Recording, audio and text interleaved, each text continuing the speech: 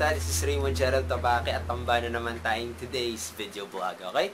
So ito na naman guys, gusto ko lang mag-share sa inyo ng value or ng idea para makatulong din sa business nyo, okay?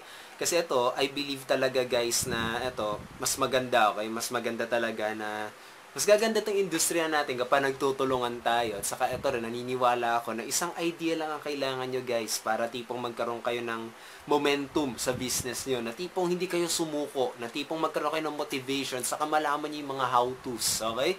So yun yan guys. Ito, kung bakit ko nga ginagawa to, para at least makapagbigay ako ng, makakapag-contribute ako sa industriyang ito. At saka tipong, ayan, para, ayun, maging parte ako ng success story nyo. Ayun.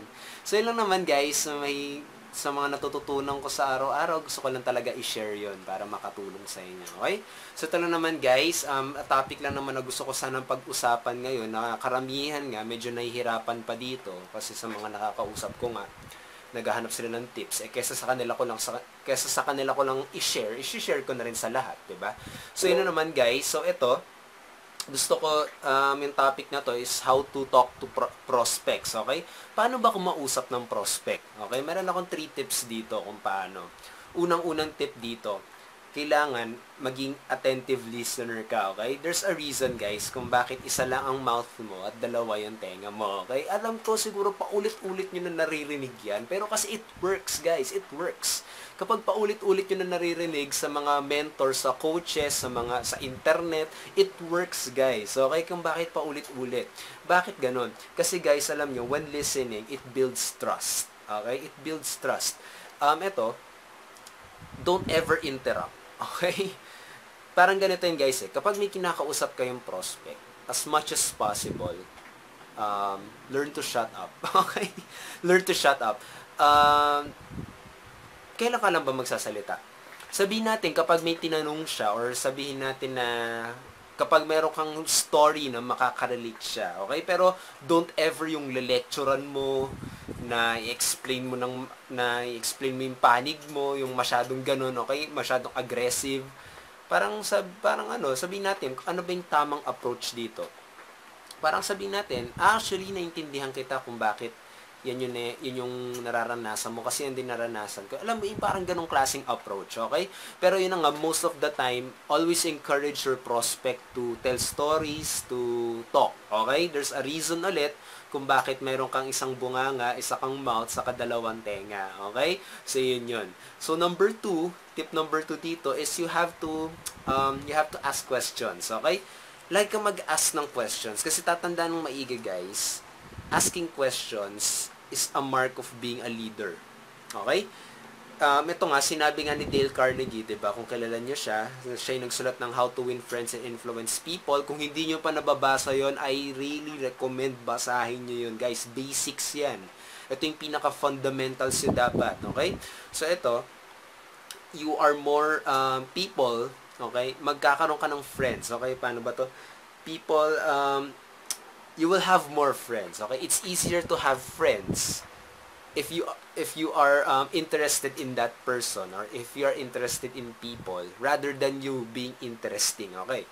So yun guys, kasi alam niyo yun, mostly alam niyo yung mga hindi masyado nakapag-aral, sila yung magagaling dito. Promise, okay? Yung mga nakapag-aral, mga naging doktor, mga naging lawyer, yung mga ganyan, sila yung nahihirapan dito. Walang against doon pero sa mga experiences ko talaga nakakausap ko, sila yung mahilig mag-explain ng panig nila, yung anong tingin nila, yung mga ganun. Pero alam nyo guys, kapag may kausap kayo ng prospect sa industry nito, internet marketing and network marketing, they don't care, okay? They don't care what you think, they don't care ano yung panig mo, they don't care kung anong tingin mong tama para sa kanila, okay? They only care about themselves, okay? Kung bakit ganito, you ask questions, kasi guys, ito yun eh. Kapag sabihin natin, tumitingin ka ng photograph, okay, ng picture, class picture nung high school ka, sino yung unang-unang tinitignan mo? Okay? Diba sarili mo? Diba? Napansin ko rin yun guys kasi alam yung nagpa-picture kami, diba? Kakote, loner. Nagpa-picture kami. Okay, tinignan ko agad yung mga dati ko pa mga pictures, okay? Tinitignan ko lagi yung unang-una yung picture ko. Sinasabi ko, okay ba itsura ko? Okay ba yung ganyan? Alam niyo yun guys, nasa psychology na natin na talagang sarili natin iniisip natin. Kahit magbasa ka pa ng napakadaming libro, sarili mo munang iisipin mo. Kaya yun, i-take advantage yun yung information na yun, guys. Kapag kumakasap kayo ng prospect, isipin nyo lagi sa sarili nyo, wala kayong pakialam sa sarili nyo. Prospects don't care. They only care about themselves. Okay? Kapag nag-explain ka ng panig mo yung ganyan, alam niyo lagi iniisip nila. Sasabihin nila, ang boring naman. Ang dami namang sinasabi nito. Marami pa akong gagawin. Ano ba yan? Kailangan ko pa maggupit ng kuko ko. Yung mga ganyan. Alam niyo yun. Ganun eh. Okay? Tandaan na maigi guys, mas interesado pa yung tao sa tigyawat niya. Okay? Mas interesado pa yung tao sa sarili niyang tigyawat kaysa sa mga maraming nagugutom sa ibang bansa. Okay? Mas interesado siyang pag-usapan niyo yung tigyawat niya kaysa yung pag-usapan yung mga nagugutom sa ibang bansa. Alam kong ang sama naman yung ganyan, pero talaga, promise guys, isipin niyo na maigi, ganun talaga. Okay? Human psychology. Kailangan yung aralin yan. Okay? So, yun guys. So, tip number 3, ano ba yan? Naisip ko to kanina eh. Tip number 3, kapag kumakausap kayo ng prospect, kailangan dito meron kayong good posture. Okay? Good posture. Yung ganito yan. Wala kayong pakialam kung sumali siya. Wala kayong pakialam kung interesado siya. Kasi alam mo, marami naman maging interesado sa ino-offer mo or sa binibenta mo. Okay? So, yun guys. Lagi nyong isipin, kapag may abundance mindset kayo, napakadali lang. Okay? Napakadali lang ng negosyo natin. Promise. Yung tipong alam mong wala kang pakialam kung sumali siya o hindi. Kasi alam mo, yung mga tao ka pa rin ibang matutulungan. Okay? So, yun guys, once na nararamdaman nyo yan, na abundant kayo, na napakadami nyo makakausap, napakadali na talaga. May magkakaroon pa ng times na sila pa yung magko-convince sa'yo na sumali sa team mo. Okay? Or bumili ng product mo. Okay? Kapag yan, guys, itong 3 tips na to, magamit nyo ng maigi. Very, very powerful to. Okay? Itong mga binibigay ko sa inyo, guys, hindi to teorya, ha? Hindi to kung nabasa ko lang. Ina-apply ko talaga to. It works, guys. It works. Nung umpisa pa lang, naalala ko, nung simula pa lang ako, grabe, nakakaawa talaga ako. Parang sinasabi ko sa'yo, sige na, bilhin mo na, sige na, sali ka na. Yung mga ganyan. Alam niyo yun, don't be a pushy salesman. Okay?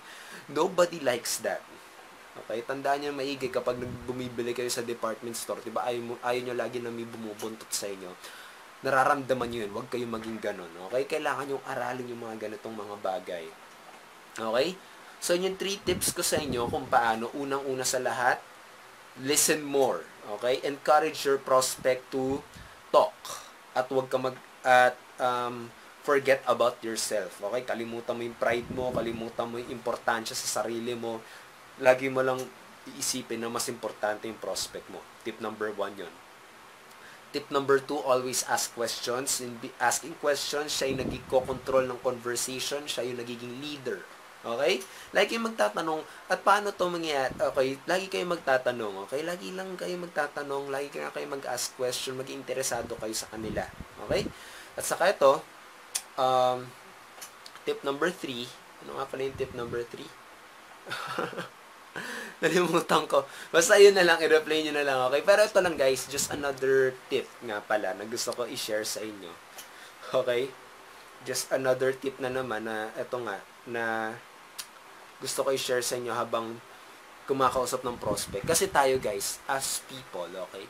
Lagi tayong naghahanap. Nakikita ko rin sa mga comments sa comments ng mga forum, mga blogs, naghahanap sila lagi ng mga magical script. Okay? Alam niyo yung magical script? Yung parang, alam niyo, push button. Pag sinabi mo yun, 100% sa silent, 100% magjo-join or bibili. Guys, there's no such thing. Walang ganun. Walang magical script na parang pag sinabi mo yun, grabe, may in love na sa'yo yung prospect mo. Walang ganun. Okay? There's no such thing.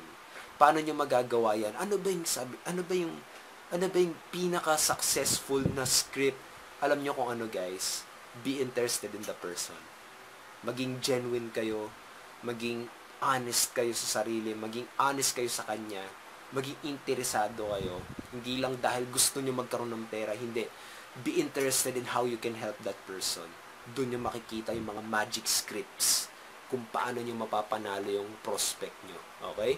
Ganun yun guys. Okay? So yun lang guys. I hope na nakatulong na maigi tong video na to. I hope nakatulong sa inyo. Kung lalo na sa mga mahihiyain.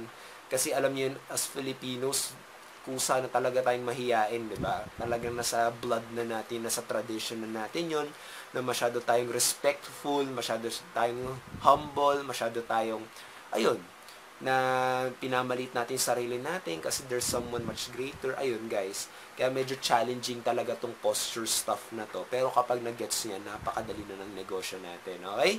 I hope nakapagbigay ito ng value. And I hope guys, once again, I invite you again, kung pag di pa kayo kasali sa Ignition Marketing, I really invite you, okay? Sobrang sarap ng pakiramdam makasama sa community nyo to.